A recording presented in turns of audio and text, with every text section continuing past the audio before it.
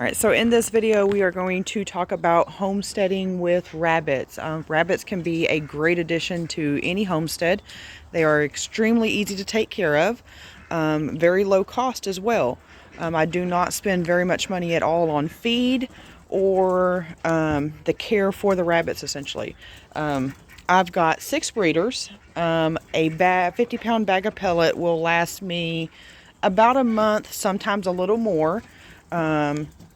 $25 for the pellet. And then Timothy grass, I buy it by the bale. The compressed bales, I cannot remember the price, but those compressed bales usually last me a couple months. So there's not a lot that goes into the cost of feeding your rabbits. On a homestead, rabbits can be used for fertilizer. They can also be used as a source of meat. And I know they're cute and fuzzy, and a lot of people don't like to kill cute little fuzzy sweet animals, but the fact is people eat food. We eat meat, or at least the majority of us do, and providing your own meat is something that is very important to my homestead and my household. So we do eat rabbit. I breed primarily in the winter. I don't breed in the summer because our summers here get 100 to 115 degrees. So it is very rough on the rabbits to breed in the summer. So that is their kind of vacation time where I let them rest and let their bodies recoup from the continuous breeding that I do during the winter time. Depending on your setup, depends on what type of rabbit cage you have. Here on my homestead, this is my setup. I've got a total of 9 cages, only 6 breeders. These 3 cages here in the center, this bottom one does have a few quail in it right now, but that is not normal. These are for the babies once I get them weaned. The majority of our babies we sell to be able to pay for the feed for the rabbits for the year. I sell rabbits to people that want them for pets. I sell them for people who want to breed rabbits and provide meat to their own families. I also sell rabbits to people that feed fresh meat to their dogs. Some people tan hides and they use the rabbit furs to tan. The breed that I have chosen for my homestead are Rex rabbits. And Rex rabbits, I believe, are kind of your all-around rabbit is what I like to call them. They are very docile, so they make great pets for just anyone who's wanting a pet rabbit to name and cuddle with and all of that good stuff. They also make pretty decent meat rabbits. They don't grow out quite as quick as what your Californias and other meat breeds like that do, but typically at about 3.5 to 4 months, you're able to harvest the meat from your rabbit.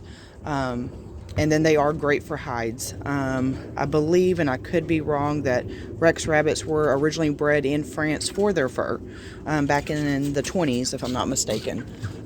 So this is the breed I chose kind of to meet all of my needs, to be able to have pets for people, meat for my household, meat for other households if that's what they choose to do with them, and to be able to, meet multiple different type of needs to different type of clients.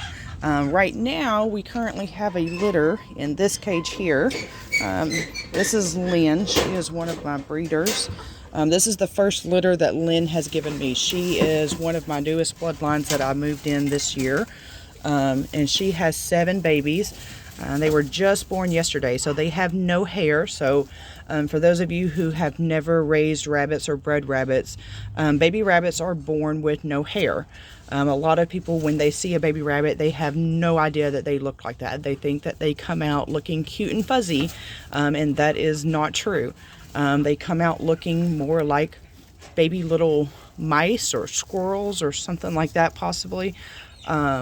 But mamas will pull their hair out. That's why you're seeing so much hair in this nest right before they deliver, and that is to make a good nest to be able to keep their babies warm. Right before they delivered, I put in a lot of hay and straw for her to be able to make a nest, and then she adds the hair into the nest to be able to provide warmth to the babies. But little Miss Lynn here, yeah, she had 7 babies yesterday, and so far so good. When you have baby rabbits, you do want to check them I check them daily. And the reason I check them daily is I want to make sure that mama is feeding them. And you're probably wondering, how do you know if she's feeding them? Well, I take them out of the nest one by one, look them over, make sure that they're not looking extremely thin. Looking at their stomachs, you'll see that their stomach is tight and full, and that tells you that mom is actually going in and feeding them, because mama rabbits are not what you would think of as a typical mother. They don't stay in the nest. They typically sit on top of the box quite a bit. They go in to feed, and they do go in and check, but they do not stay in the nest with the babies.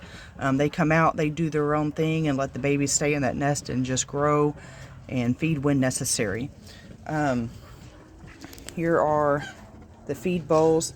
I use these feed bowls that screw on, opposed to J feeders, and I don't have an example of a J feeder out here. I have several in the garage. The J feeders, I kind of got away from those a few years ago.